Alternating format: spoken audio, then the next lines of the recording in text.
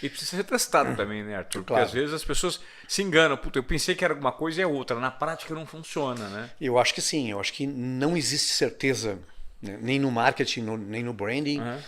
Acho que também passa por um processo. O Ivan de 2019 é muito diferente do Ivan de 2023, concorda? Claro.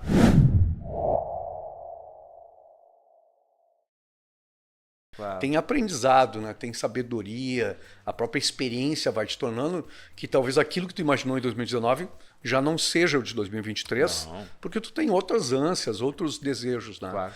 Mas eu acho que esse aprendizado de fazendo descartes, de entender o que eu me encaixo, que exige autoconhecimento, vai te iluminando o caminho para te. Não vai ter certeza nunca, né? Mas eu acho que é um processo para conseguir chegar lá. Eu acho muito legal porque, pegando carona nessa resposta, eu acho que muitas pessoas que nos acompanham aqui nos Obediência Produtiva, muitas pessoas na sociedade têm muita dúvida relacionadas a diferenciar o que eu gosto do que eu devo fazer. Pode ser que muita gente ouvindo a gente agora, poxa, então eu tenho que ir atrás única e exclusivamente das minhas paixões. Só o que me dá prazer é o segmento que de fato eu vou performar. Mas às vezes nós temos que entender que você precisa fazer o que você não gosta para ter a liberdade de fazer o que você gosta. Perfeito. Quando diferenciar isso, Arthur? Eu acho que tem assim um certo engano. Eu sou um defensor apaixonado da paixão, tá? Desculpa a redundância aqui. Mas muita gente confunde a ideia e diz, bom, trabalhe com o que você é apaixonado e você nunca vai estar trabalhando. Uma coisa que é de autoajuda barata. E eu digo o seguinte, fazer o que a tua grande paixão não exclui atender cliente chato, tirar nota fiscal, burocracia, fazer pitch de vendas, fazer um monte de coisa chata para te poder viver a tua paixão. Mas o que eu acredito que é, quando tu encontra significado, né, quando tu está apaixonado pelo que tu faz e encontra significado, ele não elimina os dissabores, mas ele permite que tu vença melhor as dificuldades dos dissabores. Entende a diferença? Claro, porque Tu entende assim, é um propósito genuíno, né? trabalhando hoje numa merda que não tem nada a ver comigo. Mas eu entendo por quê. Mas eu entendo por quê. É. Né? E aí as coisas parecem que ganham uma luz diferente. Claro. Porque eu digo, cara, eu continuo, eu sou apaixonado pelo que eu faço, cara, entende? Mas eu entendo as dificuldades que eu preciso vencer. Eu compreendo melhor fazer isso. Ou seja, o lateral que gosta de descer, fazer o cruzamento para o atacante marcar gol de cabeça, quando ele entende que o técnico pede, volta para marcar, pô, mas eu não gosto de marcar. Você precisa marcar também, porque se você não voltar para marcar, o time não ganha. Não adianta você fazer assim e tomar 6. É uma puta analogia, Né? mas é exatamente isso. E as pessoas têm uma dificuldade enorme de discutir. Muita gente falha por causa disso hoje, Arthur. Você nota? Eu acho que a gente tem uma cultura hoje, cara, do sucesso rápido, né? Fruto das redes sociais. Então, eu dei uma palestra agora, acho que semana passada, no interior do Rio Grande do Sul, e uma pessoa me fez essa pergunta. Como eu explico para um empreendedor, né, que ele tem que esperar um tempo para dar certo?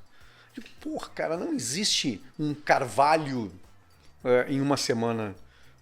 Por mais que tu coloque produtos que não vai ter um carvalho leva 50, 60 anos para ser um carvalho forte. Claro. Então tu quer coisa rápida, planta feijãozinho. Sabe feijãozinho no algodão, aquele da escola? Em 3 ou 4 dias vai sair um broto, tá feito feijão, mas o feijão não vai resistir. Então acho que o branding precisa de repetição, o branding precisa de tempo, cara. O branding precisa de coerência e consistência nessa construção. E eu levo isso para as nossas vidas. Hoje o branding corporativo tá péssimo. Cara, não existe nada marcante, cara, porque uma angústia tão grande, uma ansiedade tão grande, que clientes fazem uma campanha, fazem um movimento de um mês, num certo sentido, não deu resultado. Vamos para o outro lado. E aí a gente cria marcas esquizofrênicas, né? Hora vai para um lado, hora vai para cá, hora é malzinha, hora é boazinha, hora é institucional e tal, e não consegue construir nada. Então, é preciso respeitar esse tempo, e acho que com as nossas marcas pessoais, Ivan, essa construção é meio como juros compostos. É uma coisa séria que eu estou dizendo, se a gente der os sinais certos, se a gente for reconhecido pelos sinais corretos, a gente vai fazendo uma espécie de plantação de aportes, pensando no mercado financeiro, pequenos aportes que levam tempo. E daqui a pouco ele tem uma curva, exatamente como curvas de juros compostos, que é eu conheço o Ivan e associo esses atributos. Eu conheço o Ivan e vou associando esses atributos. Eles vão ficando valiosos, e daqui a pouco o mundo está te empurrando. O mundo está te vendendo. Os clientes estão dizendo, cara, tu precisa conhecer esse cara. Tu não faz mais prospecção, tu está comprado. Então eu acredito que essa construção pessoal, em algum momento tu pode viver dela. Quer dizer, o mundo vai te devolver tudo isso, né, em todos os teus aportes, se tu for coerente, se tu tiver paciência de fazer uma construção sólida. E eu acho que hoje a doença do branding é quero fazer sucesso em 3 meses. Sim. Quero fazer um lançamento e ganhar 10 milhões. Mas o que tu fez para isso? Cara, nada. Ah, mas o fulano ganhou. Cara, a gente olha meia dúzia de cases que a gente conhece, amigos nossos, que conseguiram fazer isso pela sua genialidade, né, e que sustentaram depois. Mas é curioso, porque conseguiram fazer isso também. Quando você pega aqueles cases de verdadeiro sucesso, se você for pegar o histórico, existem anos e anos de fracasso. Perfeito, é que as pessoas só se recordam do momento que o negócio virou. Perfeito. Paulo Cuenca fez podcast há pouco tempo lá nos sócios com ele.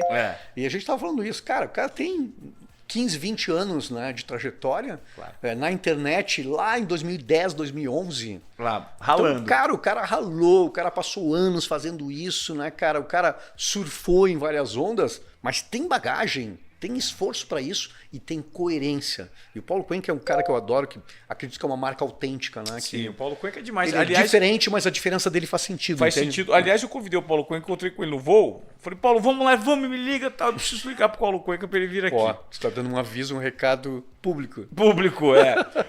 Agora vamos falar. Eu já havia aberto aqui o seu livro numa página que eu achei super interessante, que você fala o seguinte. Aliás, esse livro é demais, que eu tô vendo que são tópicos. Que tu goste. E ele facilita muito a leitura, né? Ó, são tópicos, gente. Depois eu vou pedir pro Matheus mostrar, fazer um insert aqui. São tópicozinhos bem pequenininhos. Ó. Uma página tem às vezes 2 ou 3 tópicos, dá para você ir lendo aos poucos. Tu vai lendo aos pouquinhos. Na página 250, Arthur, eu vi um negócio super interessante que é aqui, ó. Diz o seguinte: o que você não pode esquecer sobre atitudes e comportamentos. Eu li o primeiro que é assim, ó.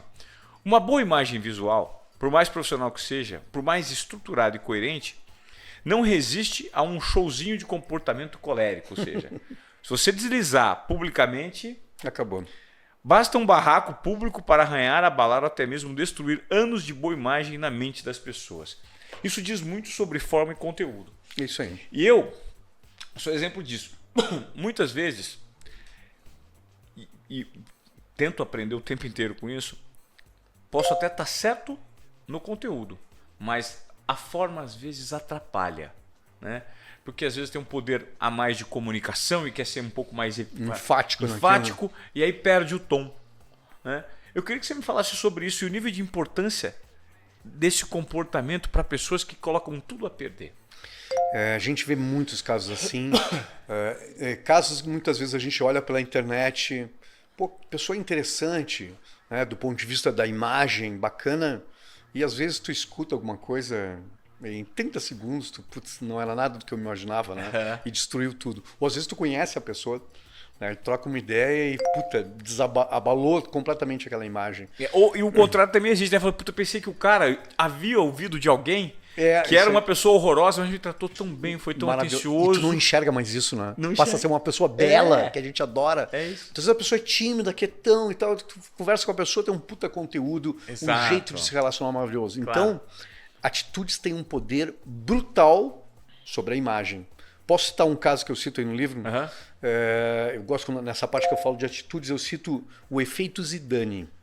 Para um cara que é de futebol. O efeito Zidane, que inclusive tá olha que curiosidade, cara. É tão bem feito que tá na. Tu caiu eu li a 250, na 250 tem o efeito Zidane, né? O efeito Zidane. Então, o Zidane, cara, eu não sou um especialista em futebol, tu conhece muito, mas o Zidane a gente poderia dizer que é o Pelé da França, né? Ou foi o Pelé da França. Então, foi um cara com uma trajetória. Ao lado do Platini, né? Michel Platini também. Maravilhoso, né? Uma marca mundial, um excelente jogador de futebol e um excelente técnico, né? Então, o cara conseguiu vencer, cara, 2 grandes barreiras, né? Tu imagina assim um funil para te ser um grande jogador, tu conhece, é um funil de milhões que chega num, mas o cara também entrou no outro funil, que é ser técnico, talvez um funil mais apertado ainda, e o cara foi pro panteão dos deuses. Mas o seguinte, cara, dá um Google em Zidane. Dá um Google em Zidane. Nossa, só tem vai a aparecer, cabeçada só tem no a Materazzi. porra da cabeçada, cara. Então, eu uso essa metáfora para quem tá nos escutando ouvir, assim, ó. Tu imagina uma vida, cara, o sacrifício que esse cara fez, o quanto ele treinou, o quanto ele foi disciplinado, o quanto ele abriu mão de prazeres para poder ser um puta atleta vencedor, e a vida resumida numa cabeçada.